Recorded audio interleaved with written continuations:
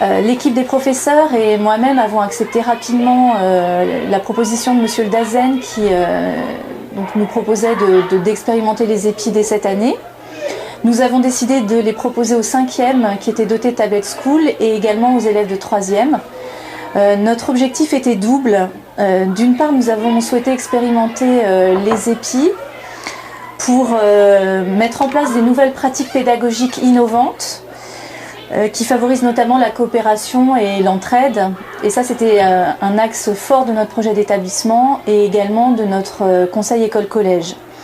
Et puis on avait aussi envie de se donner une nouvelle année, une année test, que ce soit pour nous une année test, afin de pouvoir lister les écueils et les points positifs à retenir avant la véritable lancée des épis. Quel levier de communication avez-vous engagé dans l'établissement pour justement favoriser la mise en place de ces EPI? Alors nous avons organisé un conseil pédagogique lors duquel j'ai exposé le cahier des charges des épis puisque c'était au début de l'année dernière, de l'année scolaire dernière. J'ai eu un grand nombre de professeurs volontaires qui s'est donc manifesté.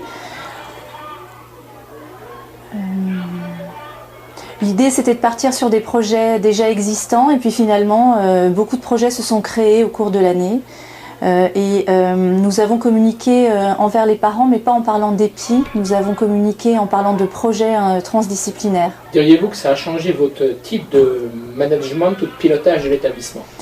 Alors au niveau du management, c'est un management participatif donc je ne l'ai pas changé, j'ai créé de toutes pièces les épis avec les professeurs.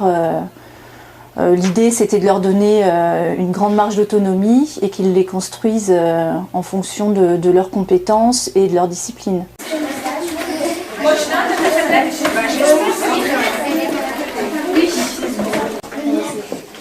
Tu vas retourner sur ce site que moi je t'ai donné. Tu as choisi qui?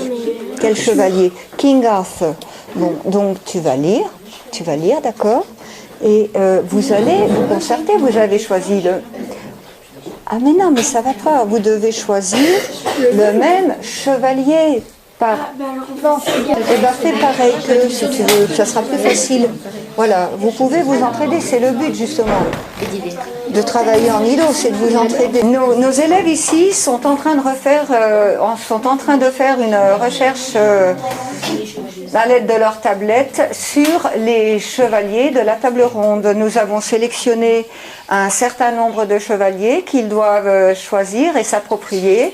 Ils sont sur un site anglais, ils font une compréhension écrite, si je puis dire, et ils vont reformuler en simplifiant, c'est donc une recherche ciblée d'informations. Pour les élèves en grande difficulté en anglais, on leur permet d'aller sur un site français et de rechercher les éléments en français et de les noter également en français sur leur dossier. Lady, donc vous devez recréer ce que vous avez fait la première fois.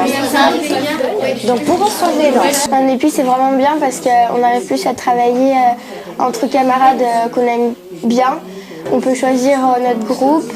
Ensuite on est par 4, donc c'est plus avantageux pour le travail. Et moi personnellement j'arrive plus à comprendre un épi qu'un cours normal. Le travail en groupe m'a apporté qu'on peut mieux comprendre l'anglais sur les chevaliers de la table ronde et pour nous apprendre à mieux lire l'anglais. Les épis c'est bien parce qu'on peut travailler en groupe, du coup ça nous apporte un peu plus d'avantages parce que si on ne comprend pas on peut demander à quelqu'un de notre groupe. Du coup comme il y a plusieurs professeurs, ils peuvent venir vers plusieurs élèves.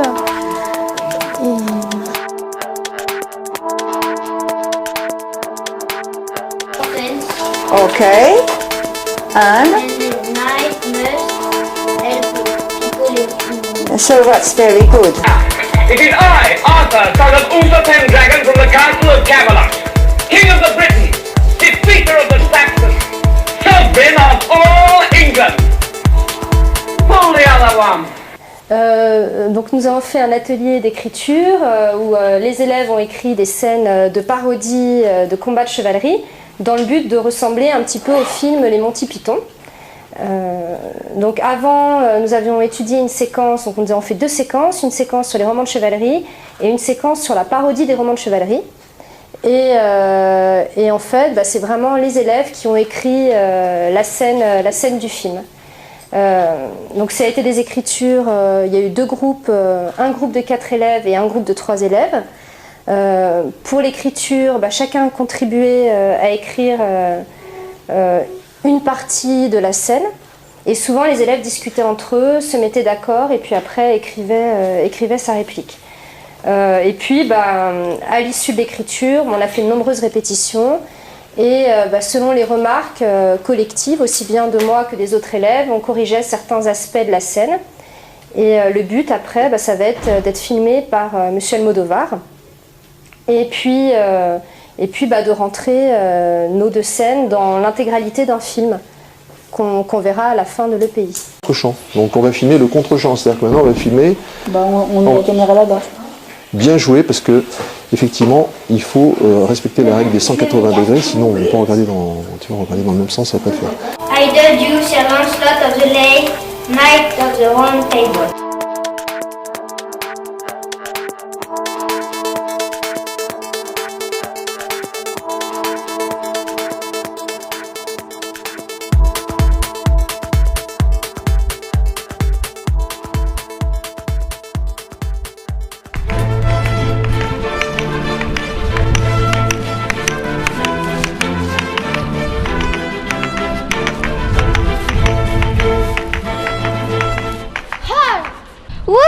There.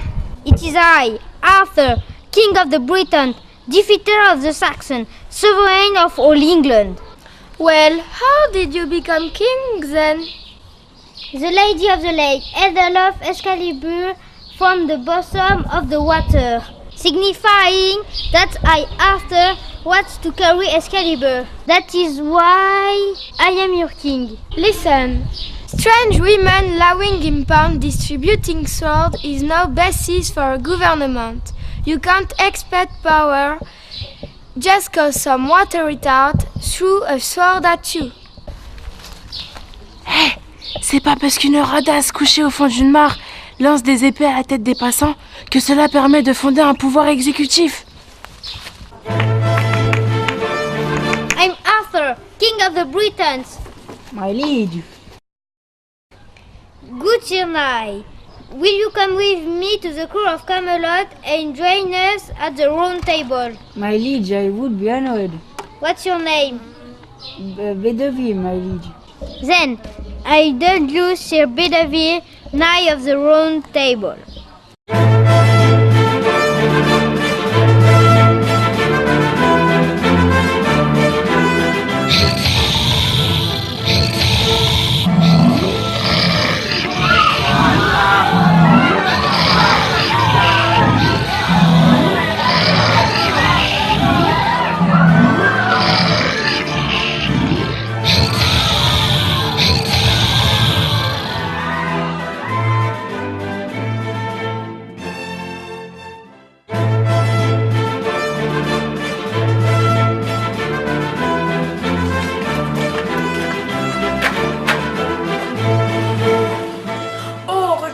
Un énorme monstre avec des cornes multicolores.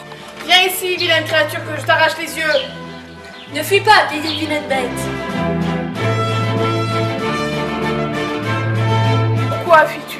As-tu peur de nous? Ne fuis pas, des vilaines bêtes. Chris Almodovar, documentaliste au collège Olivier de la Marche à Saint-Martin-en-Bresse et certifié en audiovisuel. Sur cette EPI, je suis intervenu surtout en tant que support technique et logistique, puisque en fait nous sommes équipés d'un matériel vidéo assez performant. Également dans la conception quand même des sketchs vidéo, car l'objectif c'était donc de réaliser des petites scénettes vidéo. Donc avec les élèves, on s'est parfois retrouvés pour imaginer sur le papier ce que pourrait donner cette version parodique finalement des chevaliers de la table ronde. Donc il y a eu au préalable une réflexion avec les élèves sur la mise en image des sketchs pensés dans les disciplines de lettres et d'anglais. D'après vous, votre contribution à cet EPI a-t-elle changé un peu l'image que les élèves ont du documentaliste ? Oui, je pense que, enfin, je ne sais pas si elles l'ont changé parce que dans l'établissement, je pratique pas mal d'activités vidéo. J'ai un atelier documentaire, j'anime un club vidéo, je fais pas mal de choses. Mais c'est vrai que c'est toujours une relation différente et plus conviviale avec les élèves. Donc, les élèves, c'est vrai que se sont bien investis dans l'activité et ouais, ça se passe plutôt pas mal de ce côté-là. Oui. Mais je ne sais pas si ça a vraiment changé le regard que les élèves pouvaient porter sur le documentaliste ou le CDI. Mais en tout cas, c'est bien qu'effectivement, quand le documentaliste s'engage dans les actions aux côtés des disciplines, parce que c'est vrai que souvent on est un petit peu dans notre coin et c'est vrai que quand les élèves voient qu'on travaille ensemble, tout de suite ça renforce un petit peu le rôle qu'on peut avoir dans l'établissement. Enfin, c'est l'idée que je m'en fais aussi. Alors, en français, moi ça s'articulait très bien dans le programme, parce qu'au programme de français, on étudie les romans de chevalerie. Et très souvent, quand j'ai une bonne classe, j'étudiais la parodie des romans de chevalerie.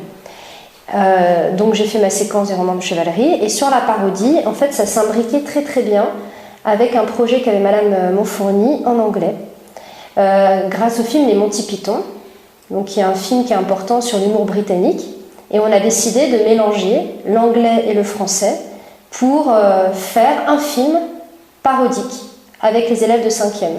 Donc ce qui nous faisait un beau projet à monter ensemble. Par rapport à ça, donc, notre pays ne ressemble pas à ce que sera un EPI l'année prochaine parce que les heures n'étaient pas ciblées.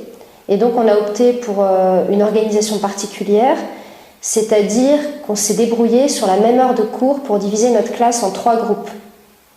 Les très bons élèves en anglais, les meilleurs, allaient en anglais et faisaient la première partie du film. Donc la première partie du film s'inspire plus ou moins, mais Madame Montfourny vous en parlera mieux, du début du film, et dans le scénario, en fait, chaque chevalier va se présenter au roi Arthur en anglais, et le roi Arthur va adouber un à un chaque chevalier pour qu'il suive la quête du Graal. Voilà.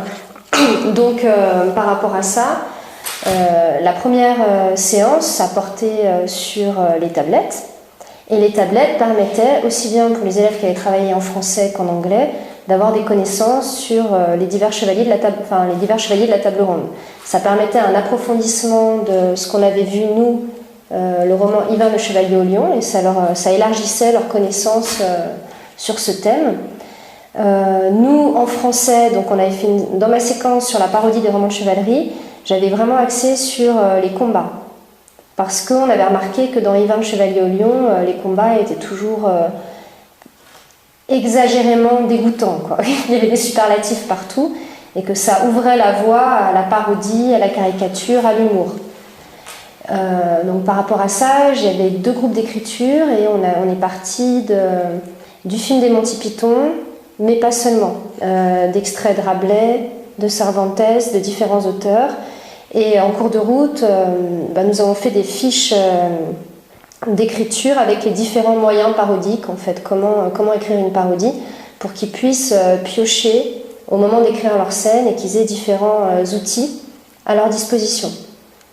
Voilà, donc dans notre groupe d'écriture, pendant qu'en anglais ils écrivaient la première partie du film, en français nous avons écrit les combats. Alors c'était génial d'avoir 8 élèves parce que pendant qu'un groupe écrivait, moi je pouvais m'occuper d'un autre qui répétait devant moi, faire des critiques, mais dans le sens positif en fait, ce qui est bien, ce qu'il faut rajouter, ce qu'il faut supprimer, comment jouer différemment. Et les élèves pouvaient se corriger, changer. Et il y avait une écriture à plusieurs mains, il y avait des élèves qui étaient un petit peu plus effacés, qui ont pris un rôle plus actif dans le cadre de l'EPI. Et chacun a réussi à trouver son rôle et à écrire une scène, tout en ayant l'impression de s'amuser. Et ce qui est amusant, c'est que souvent, quand je leur demande ce qui vient d'eux, ils ont l'impression que tout vient d'eux, alors qu'en réalité, il y a tout un travail derrière tout ça de références sur des films, sur des œuvres, et ils ont l'impression d'avoir tout créé. Donc ça, c'est quand même assez marquant. Et voilà, et puis la troisième partie, le troisième groupe, elle est avec Monsieur Almodovar. Et lui, elle leur faisait écrire à la fin du film, qui est que nos chevaliers idiots se retrouvent devant le Graal et ne reconnaissent même pas le Graal, en fait. Ils échouent lamentablement dans leur quête. Bonjour, je suis Edith Monfourny, professeure d'anglais au collège Olivier de la Marche. Donc vous avez travaillé dans une nouvelle forme d'enseignement que l'on appelle l'EPI. Pourriez-vous nous dire quel est le cadre pédagogique de cette EPI dans ce collège? Alors c'était à titre expérimental. Notre principal nous ayant demandé de bien vouloir travailler sur quelques EPI et nous nous sommes investis un petit peu par hasard, je dirais, à la demande de notre principal. L'idée ne venait pas de nous. On a tout d'abord, j'ai d'abord, moi par exemple, cherché quelque chose de commun avec un professeur qui travaillait sur le même niveau que moi, et Madame Offroy souhaitait qu'on s'adresse à des cinquièmes. Donc j'ai rencontré comme ça Madame Manjonjean, et je savais que Madame Manjonjean travaillait, c'est à son programme de français, donc sur les romans de chevalerie et la légende arthurienne. Et j'ai réfléchi un peu pour faire quelque chose avec elle, mais d'un peu différent, parce que ça fait des années que les gens travaillent de manière classique sur la légende arthurienne, et je voulais que ça soit un petit peu différent et peut-être plus ludique. Et j'ai la chance de connaître ce film, The Holy Grail, et j'ai pensé que c'était peut-être une première approche pour amener les élèves à la notion de parodie, puisque nous souhaitions, je vais même dire, qu'ils puissent réaliser la parodie du mythe des chevaliers de la table ronde, c'est-à-dire quelque chose finalement de comique, d'autant plus qu'on s'adresse à des cinquièmes, donc ce ne sont pas non plus des super intellectuels encore. Et nous avons, dans un premier temps, j'ai voulu, il fallait déjà leur donner l'idée de parodie, la notion de parodie qu'ils n'avaient pas. Et j'ai pensé que par rapport à certaines scènes de films que l'on pouvait étudier, pour étudier un peu tous les ressorts comiques utilisés par les Monty Python pour faire rire finalement le spectateur. Et parallèlement, ma collègue de français a fait l'étude de quelques textes parodiques, donc en français. Et voilà, on a mis un peu tout bout à bout. On a travaillé en classe entière au début et en co-animation, par exemple au tout début pour faire la recherche sur les chevaliers de la légende arthurienne. Donc ils ont travaillé en îlot avec leurs tablettes et chacun avait une tâche, devait présenter un chevalier. Alors pour les élèves doués de facilité, on les envoyait sur un site anglais où ils ont fait de la recherche d'informations et une reformulation en simplifiant, je veux dire, un texte assez compliqué. Et pour les élèves très faibles, on les a envoyés sur un site français où ils ont recherché donc les éléments, mais eux se sont exprimés en français parce que nous avons travaillé avec une classe peu motivée par le système scolaire en général, comme il est pratiqué aujourd'hui. Donc il fallait quand même motiver les deux extrêmes. Ensuite, une fois après avoir travaillé en classe entière, c'est-à-dire moi, tout ce qui avait rapport au film, je l'ai fait en classe entière, donc l'étude de 6 ou 7 scènes. Ils avaient un petit dossier à remplir au fur et à mesure où ils devaient noter leurs impressions, leurs réactions et pourquoi ils avaient trouvé ça amusant. D'autre part, moi, en tant que professeur d'anglais, j'étais obligée de faire quand même un travail sur la langue. Donc, on a vu parallèlement la notion d'obligation dans le code de la chevalerie, le chevalier doit ou ne doit pas, etc. Donc, c'était deux approches différentes. Et puis ensuite, nous nous sommes répartis les élèves par petits groupes que nous avons divisés en 3 groupes. Donc, un groupe qui devrait jouer des scènes en anglais, qui devrait donc s'approprier la parodie, certains extraits parodiques, mais en les simplifiant. Ce qui fait que ces élèves ont dû travailler plusieurs compétences du socle, à savoir déjà la recherche d'informations dans un texte écrit, essayer de comprendre quelques mots-clés dans des extraits de films, essayer de reformuler en simplifiant un texte au départ assez compliqué, mais surtout s'approprier le texte afin de pouvoir rejouer la scène tout en étant de bons acteurs. Et voilà. En français, ma collègue a fait la même chose, mais pas forcément à partir, je crois qu'elle s'est servie aussi de Don Quichotte. Et puis, mon professeur documentaliste, donc notre collègue documentaliste, a fait lui aussi la même chose. Donc, il avait aussi un groupe de 6 élèves. Ma collègue 7 élèves et moi 8 élèves. Et en termes d'évaluation, avez-vous eu le temps nécessaire pour mettre au point un système pertinent ? Alors, pertinent, déjà nous n'avons pas voulu noter à base de notes, parce que on a réparti les rôles et les difficultés selon les possibilités des élèves. Donc ça aurait voulu dire qu'un élève qui avait un tout petit rôle aurait eu une mauvaise note, par exemple, par rapport... Donc on a plutôt réfléchi en système de compétences. Et oui, moi... ma collègue donc, a dû vous expliquer, elle, ce qu'elle a évalué. Moi, j'ai donc évalué plusieurs compétences. Par exemple, parler en continu, reproduire un message oral.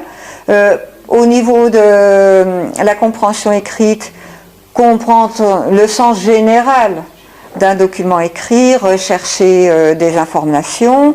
Au niveau de l'écriture, essayer de produire un message simple. Et puis, compréhension orale aussi, puisqu'ils avaient 2 ou 3 choses à repérer dans les extraits de films. Évidemment, c'est quand même c'est un langage quand même difficile, celui des Monty Python, aussi bien au niveau... intellectuel, je veux dire, mais c'est vrai qu'avec les scènes, sans comprendre les mots, on arrivait à voir où ils voulaient en venir. Et ensuite, moi, j'ai essayé d'éclaircir un peu tout ça en prenant quelques mots-clés, pas forcément leur faire comprendre tout, c'était pas possible en 5e, mais c'était pas non plus le but. Et donc, au niveau de l'évaluation, eh bien, les élèves qui ont joué le jeu seront validés pour ces compétences-là, mais j'ai quand même quelques élèves qui n'ont pas joué le jeu. J'en ai, dans mon groupe, j'en ai aucun, mais sur la classe entière, je dirais qu'il y a 5 élèves qui n'ont pas du tout, qui ne se sont pas investis, qui n'ont pas joué le jeu, donc voilà, ça va transparaître. Mais d'un autre côté, on ne veut pas une notation, un système sanction, on veut au contraire les épanouir et plutôt les valoriser. Il a fallu surtout, en organisation, c'était pas si compliqué que ça, il fallait surtout écrire le canevas du film et décider de quels élèves iraient dans quel groupe. Et alors, ce qui était un peu compliqué, c'est que comme il manquait des temps de concertation, on avait un programme quand même assez détaillé, on savait bien en avance ce que chacun allait faire, mais c'est toujours perturbant parce qu'on ne sait pas exactement ce qu'a fait l'autre. Donc on mène un projet à 2 ou à 3, mais il faut être au courant de où en est l'autre et comment, à quelle durée, à quelle vitesse il avance.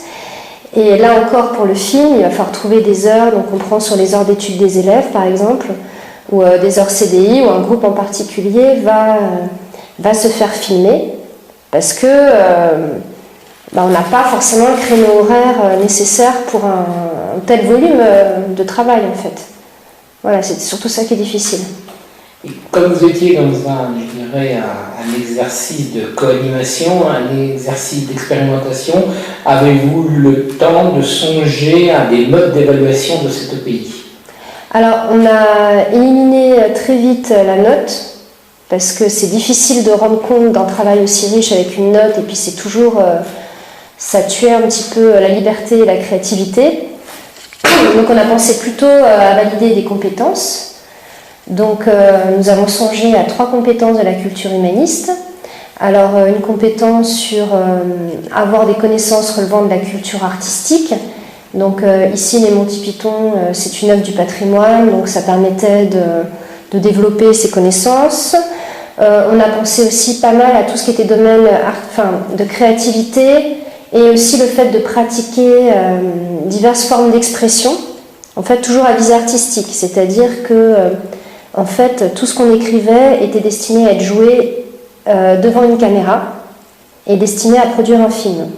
Voilà, donc autant au théâtre des fois les élèves ne jouent pas vraiment le jeu, autant là en plus ils ont un retour grâce à la caméra parce qu'ils vont voir ce qu'ils produisent et ça peut les aider en se voyant à améliorer le jeu et puis à comprendre comment le langage cinématographique c'est autre chose qu'un texte écrit ou un texte de théâtre. Donc ça permet de jouer différemment en fait. Voilà. Et on avait pensé évidemment à une compétence sur coopérer et s'intégrer dans un projet collectif. Alors il y a des parties qu'on peut valider en fait tout simplement, après la validation elle n'est pas forcément stricte, mais en observant comment ils se sont intégrés dans le groupe, et puis après avec un retour sur le pays, leur demandant en fait pour voir s'ils ont bien compris quelles sont les différentes étapes. Voilà. On n'a pas encore pensé vraiment à comment on allait valider ces compétences, mais voilà, pour l'instant on était plutôt sur un questionnaire et puis sur l'observation du film. Voilà. C'est encore un peu vague. Et quelle a été la réaction des parents par rapport à cette nouvelle forme de cours que représente le pays? Moi, j'ai pas eu de retour particulier, mais en fait, les élèves n'ont pas perdu d'heures de cours sur leur programme. En fait, ça n'enlève pas que le programme sera terminé. Donc, il n'y a pas vraiment de retour, surtout qu'en plus, en français, c'est eux qui ont créé le texte. Donc, ça ressemble vraiment à une rédaction.